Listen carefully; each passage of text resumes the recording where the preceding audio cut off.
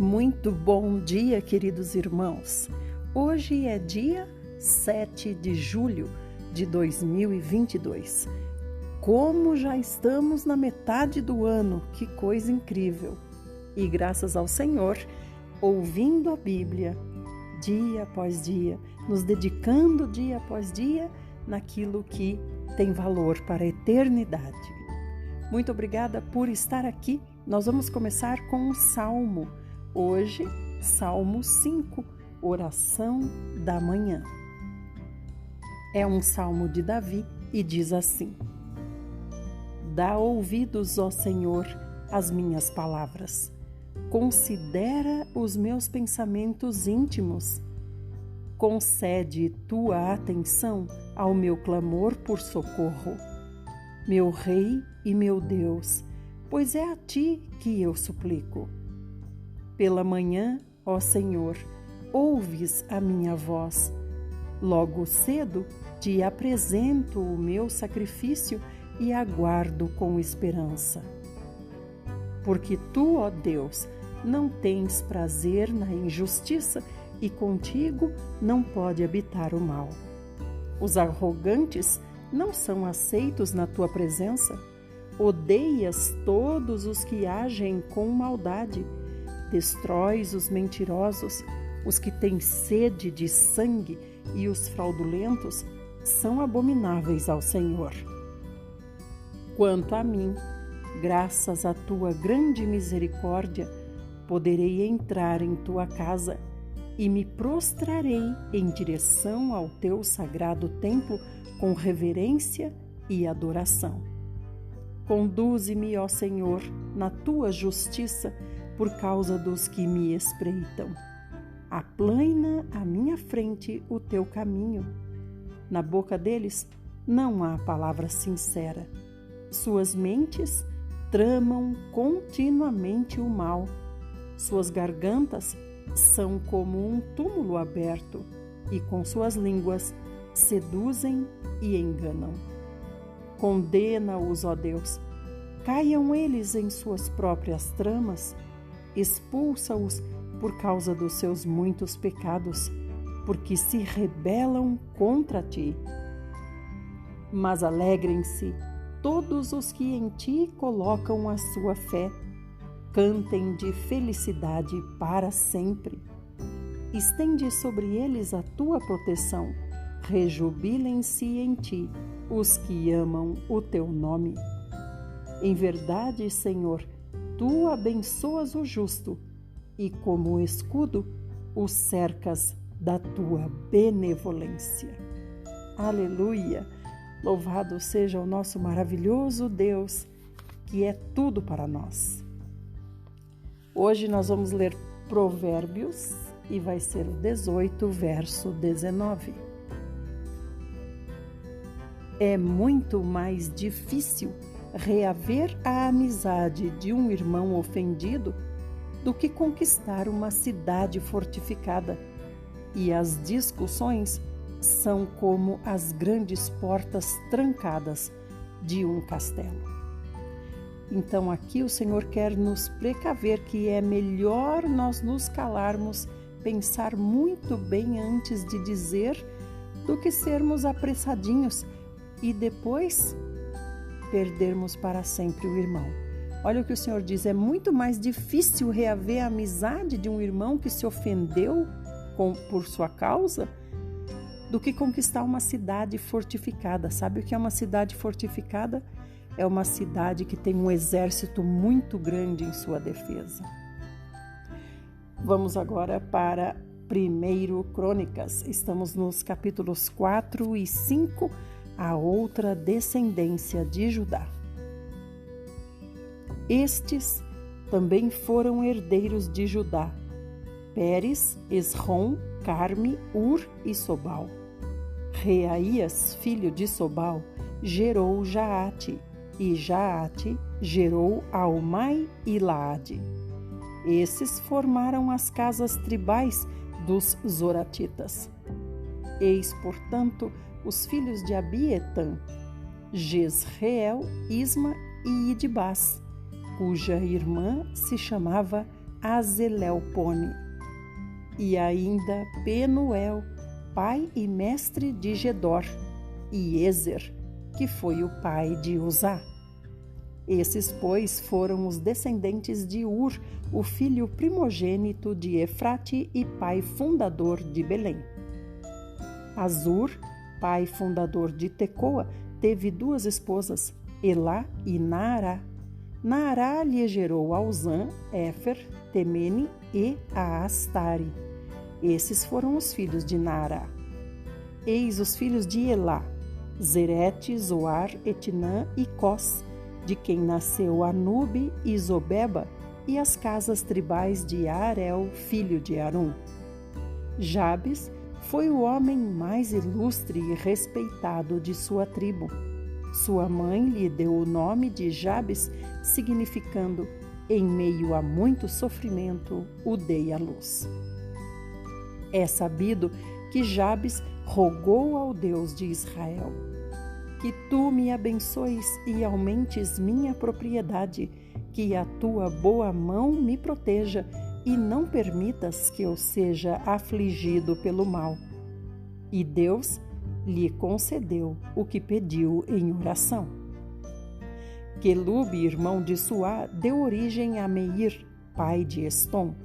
Estom gerou Bet-Rafa e Teína, pai fundador de Ir-Naás.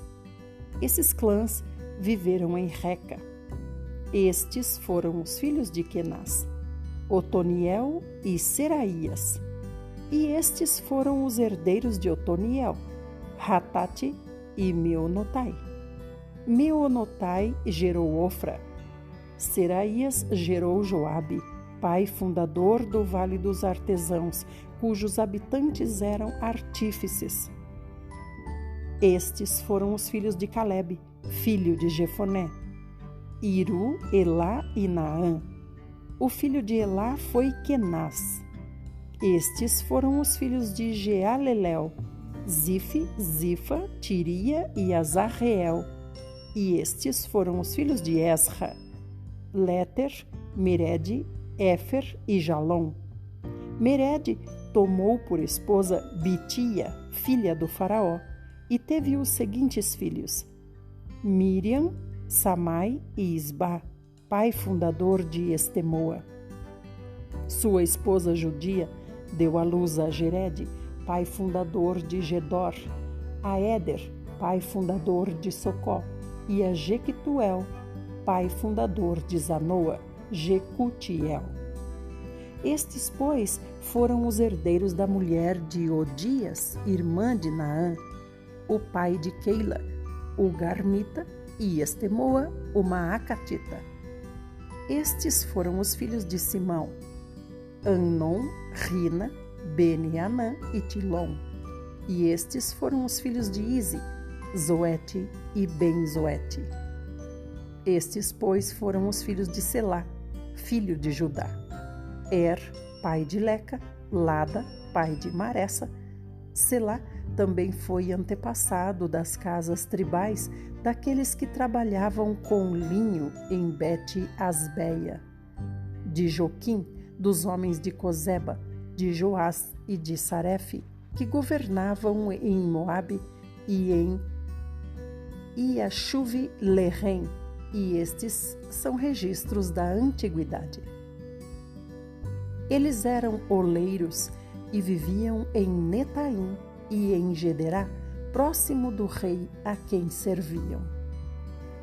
Eis, portanto, os filhos de Simeão: Nemuel, Jamim, Jaribe, Zerá e Saul. Saul foi pai de Mibzão, que foi pai de Misba. Os filhos de Misba foram Ramuel, que foi pai de Zacur, que foi o pai de Simei. Simei gerou 16 filhos e 6 filhas, mas seus irmãos não tiveram muitos filhos. Por esse motivo, todos os seus grupos familiares não se igualaram em número à tribo de Judá. Eles habitavam em Berseba, Moladá, Azar-Sual, Bila, Azem, Tolade, Betuel, Ormã, Ziclag, Bet-Marcabote, Azar-Suzim, Bet-Biri e Saaraim. Essas, pois, foram suas cidades até o governo do rei Davi. Eles eram proprietários das 5 cidades de Etã, Aim, Rimon, Toquém e Azã, com todas as aldeias e povoados que ficavam ao redor delas até Baalate. Habitavam, portanto, nessas cidades e mantinham um registro histórico de suas genealogias. Estes, registrados mediante seus nomes, foram príncipes em seus clãs: Mesobabe, Janleque, Josa, filho de Amazias, Joel, Jeú, que foi filho de Josibias, neto de Seraías e bisneto de Aziel, e ainda Elioenai, Jaacobá, Jesuaías, Asaías, Adiel, Gesimiel, Benaia e Ziza, filho de Sife, neto de Alon, bisneto de Gedaías, trineto de Sinri e tetraneto de Semaías. Assim, todos esses homens citados nessa lista nominal foram príncipes e líderes em seus clãs e suas casas tribais cresceram grandemente. Percorreram desde o passo de Gedor até o oriente do vale em busca de pastagens para seus rebanhos. Descobriram muitas e boas pastagens e habitaram numa região vasta, pacífica, generosa e tranquila, onde alguns descendentes de Cão haviam vivido antigamente. Estes, pois, que estão inscritos nominalmente nessa lista, chegaram durante o reinado de Ezequias, rei de Judá, e atacaram os camitas e os meunitas que moravam na região e os exterminaram completamente, como se observa até nossos dias.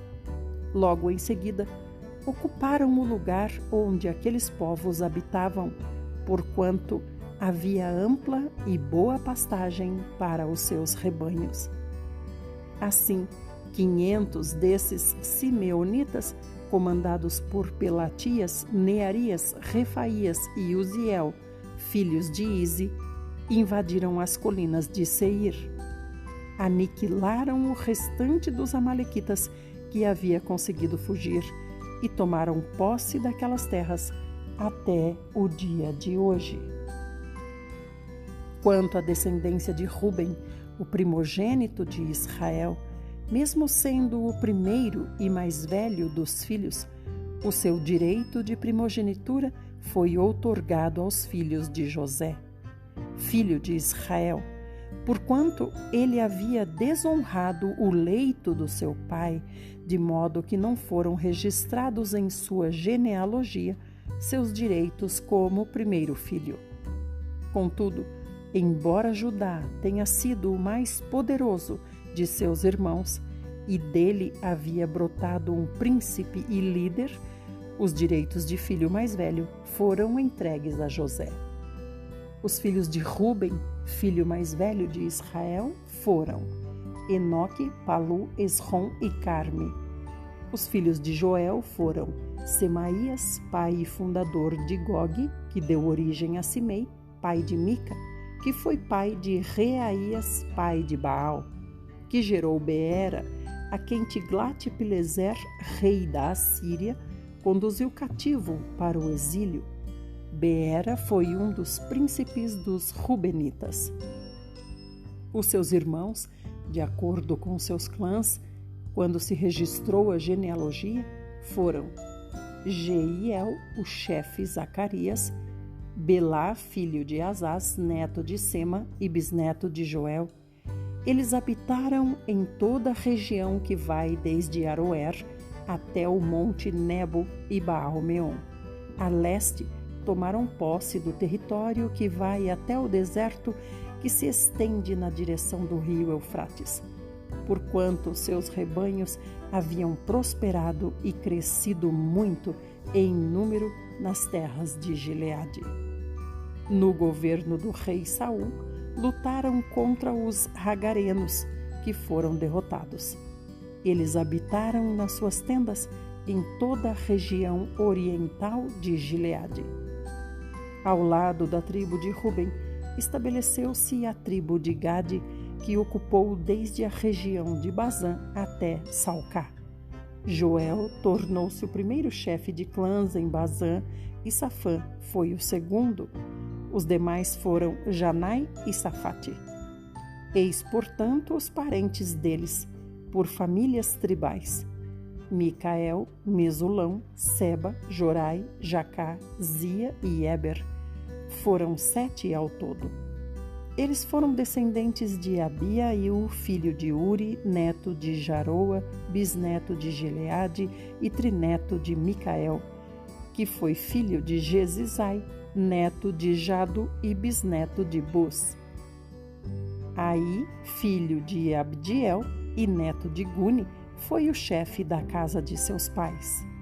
Eles se estabeleceram em Gileade, em Bazã e em suas aldeias e povoados, como também em toda a extensão das terras de pastagem de Saron.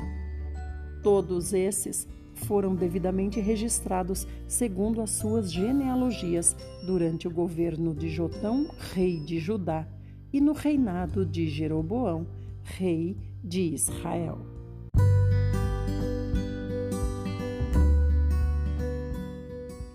Guerra entre as tribos transjordânicas. As tribos de Ruben, os Rubenitas, assim como as tribos de Gade, os Gaditas, e a meia tribo de Manassés, possuíam juntas 44.760 guerreiros experientes nas batalhas. Eles eram hábeis com o escudo e a espada, bem como certeiros no manejo de seus arcos e armas de guerra. Lutaram contra os agarenos e também contra Getur, Nafis e Nodab. Durante a batalha clamaram a Deus, que os ajudou, entregando os agarenos e todos os seus aliados nas suas mãos. Deus os atendeu, porquanto depositaram nele toda a confiança. Tomaram dos agarenos o rebanho de 50.000 camelos, 250.000 ovelhas e 2.000 jumentos, e ainda fizeram 100.000 prisioneiros, e muitos dos seus inimigos caíram mortos nas batalhas, porquanto essa era uma guerra de Deus. Depois disso, ficaram morando naquelas terras até o cativeiro. A meia tribo de Manassés habitou naquele território e se multiplicou desde Bazã até Baal-Hermon, até Senir, o monte Hermon. Estes foram os chefes das famílias dessa tribo: Efer, Ize, Eliel, Asriel, Jeremias, Odavias e Jadiel. Eram guerreiros corajosos, homens ilustres e chefes das famílias. Contudo, agiram com infidelidade para com o Deus de Israel e com seus antepassados, e se prostituíram, prestando culto e seguindo os deuses dos povos pagãos que o próprio Deus havia exterminado de diante deles. Por essa razão, o Deus de Israel moveu o espírito de Pul, que é Tiglat-Pileser, rei da Assíria, a conduzir as tribos de Ruben, de Gade e a metade da tribo de Manassés para o território das cidades de Ala, Abor, Ara e para a beira do rio Gozã, onde eles vivem até o dia de hoje. Irmãos, só um adendo. Por que fala meia tribo de Manassés? Porque a tribo de Manassés se dividiu quando foi tomar posse das terras. Então, metade da tribo ficou para um lado, metade da tribo ficou para o outro lado. Por isso que se diz meia tribo de Manassés. Agora, nós vamos para o Novo Testamento. Nós estamos no livro de Atos, hoje, capítulo 25, Paulo é julgado por Festo. Vamos entender o que está acontecendo, vamos lembrar. Paulo tinha sido julgado por Félix e foi mantido preso por 2 anos. nessa prisão ele podia receber os irmãos e tudo mais. Então provavelmente é uma casa, né, onde ele ficou preso.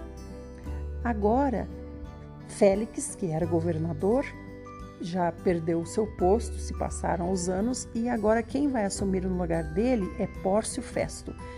Félix não libertou Paulo, porque tinha medo que os judeus reprovassem essa atitude dele. Então ele manteve Paulo preso para que Pórcio Festo, o novo governador, julgasse Paulo, que é o que vai acontecer agora que nós vamos ver. Festo chegou à província e depois de 3 dias subiu de Cesareia a Jerusalém. Os chefes dos sacerdotes e os mais eminentes líderes judeus compareceram diante de Festo, o novo governador, e apresentaram a ele as acusações que tinham contra Paulo. Então, rogaram ao governador Festo o favor de transferir Paulo de volta para Jerusalém, em detrimento do direito de Paulo, pois estavam tramando matar Paulo na estrada. Todavia, Festo, o governador, respondeu: Paulo está detido em Cesareia, e eu mesmo brevemente partirei para lá.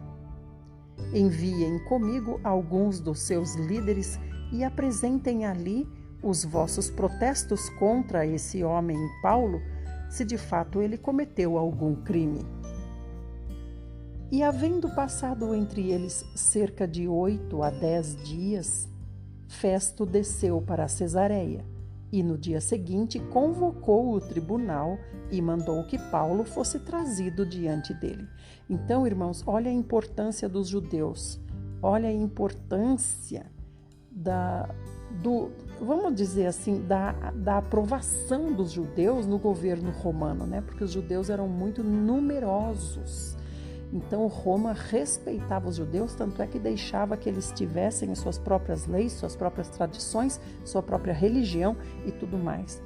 Então, a gente vê aqui que o novo governador chegou lá na cidade e no dia seguinte já chamou Paulo para julgamento. Por quê? Para agradar os judeus. E assim que Paulo apareceu, os líderes judeus que haviam chegado de Jerusalém se aglomeraram ao redor de Paulo, lançando sobre ele um grande número de ofensas e graves acusações sobre as quais não tinham nenhuma prova. Então Paulo tomou a palavra em sua defesa e disse: Em verdade, não tenho cometido pecado algum contra a lei dos judeus, nem contra o templo, ou tampouco contra César. Porém, Festo, desejando ser agradável aos judeus, perguntou para Paulo: Desejas tu subir a Jerusalém para ali ser julgado por mim a respeito das suas acusações? E replicou Paulo: Eis que estou diante do tribunal de César, onde convém que eu seja julgado. Nenhum crime pratiquei contra os judeus, como tu muito bem sabes. Contudo, se fiz qualquer mal ou pratiquei algum crime que mereça a pena de morte, estou pronto para morrer. Mas, se não são verdadeiras as acusações que me afrontam esses homens, ninguém tem o direito de me entregar a eles. Portanto, apelo para César. Assim, depois de haver consultado os seus conselheiros, o governador Festo determinou: apelaste para César irás. Então, irmãos, a gente vê alguns irmãos dizendo: se Paulo não tivesse apelado para César, ele poderia até ser liberto. Mas ele apelou para César porque ele sabe que os judeus querem fazer uma emboscada para tirar a vida dele no caminho para Jerusalém, se ele for enviado para lá. E passados alguns dias chegaram a Cesareia o rei Agripa e Berenice em visita de boas-vindas ao governador Festo. E como ficaram na cidade por muitos dias, Festo expôs ao rei Agripa o caso de Paulo, compartilhando: há aqui certo homem que Félix abandonou na prisão. Quando estive em Jerusalém, os chefes dos sacerdotes e os líderes dos judeus protestaram graves acusações contra esse homem, reivindicando que ele fosse condenado. Entretanto, eu expliquei para eles que não é costume dos romanos condenar ninguém sem que o acusado tenha diante de si os acusadores e possa exercer plenamente o seu direito à defesa. Quando eles se reuniram aqui, no dia seguinte, sem perda de tempo, convoquei o tribunal e ordenei que o homem Paulo fosse apresentado. No entanto, quando seus acusadores se levantaram para proceder às acusações, não apontaram nenhum dos crimes que eu imaginava. Ao contrário, levantaram apenas algumas questões relativas à sua própria religião, sobre as quais discordavam de Paulo. E quanto a um certo Jesus, que já está morto, o qual Paulo alega insistentemente que está vivo. E diante de tudo isso, fiquei sem saber como investigar corretamente essa questão. Por isso, indaguei se ele estaria disposto a ir para Jerusalém e lá ser julgado a respeito destas acusações.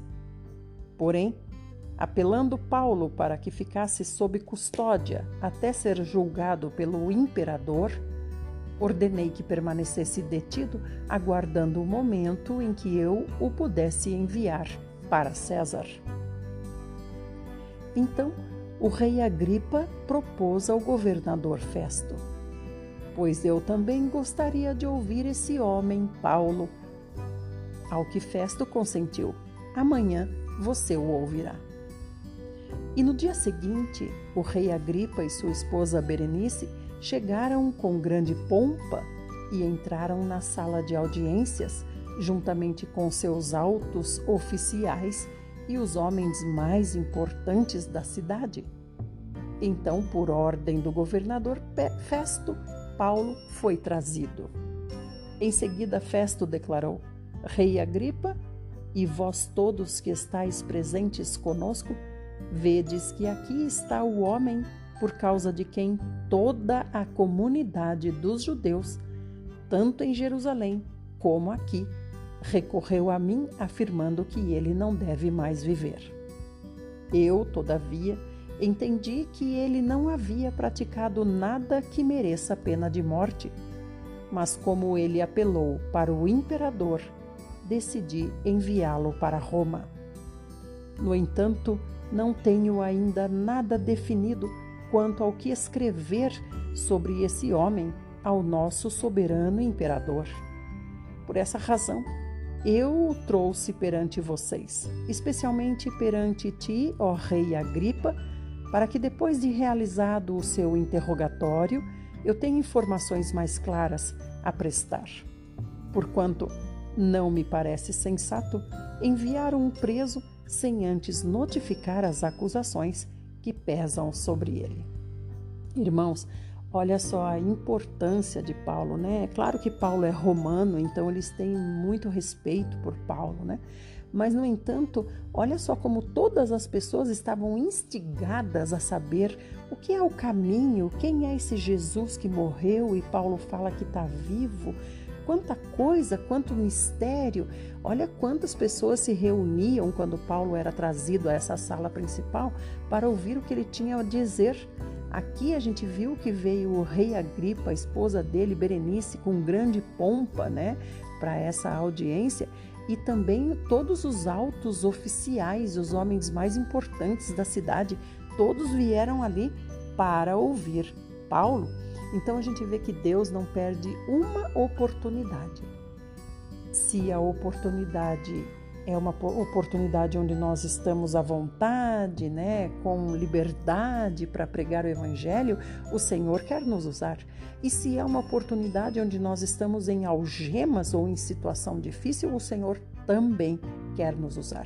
Às vezes a gente pensa assim: o Senhor vai me livrar dessa situação que eu estou, essa situação precária, ou então esse sofrimento, essa questão emocional, ou essas necessidades que eu estou passando, o Senhor vai me livrar de tudo isso para que eu possa servir o Senhor. E não é assim.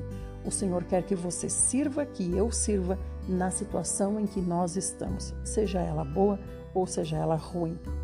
Amanhã nós vamos ver o rei Agripa ouvindo Paulo. Inclusive essa mulher do rei Agripa, Berenice, tinha muito interesse em ouvir Paulo também. Amanhã então nós saberemos de tudo. Fiquem vocês muito bem. Peço mais uma vez que compartilhem o link do grupo e compartilhem também o link do YouTube. Tenho notado que é muito lenta a entrada de novas pessoas, tanto no grupo quanto no YouTube. Se vocês compartilharem assim como eu compartilho, nós poderemos fazer a palavra chegar onde ela precisa. Fiquem todos muito bem e até amanhã, se o nosso maravilhoso Senhor Jesus fizer assim.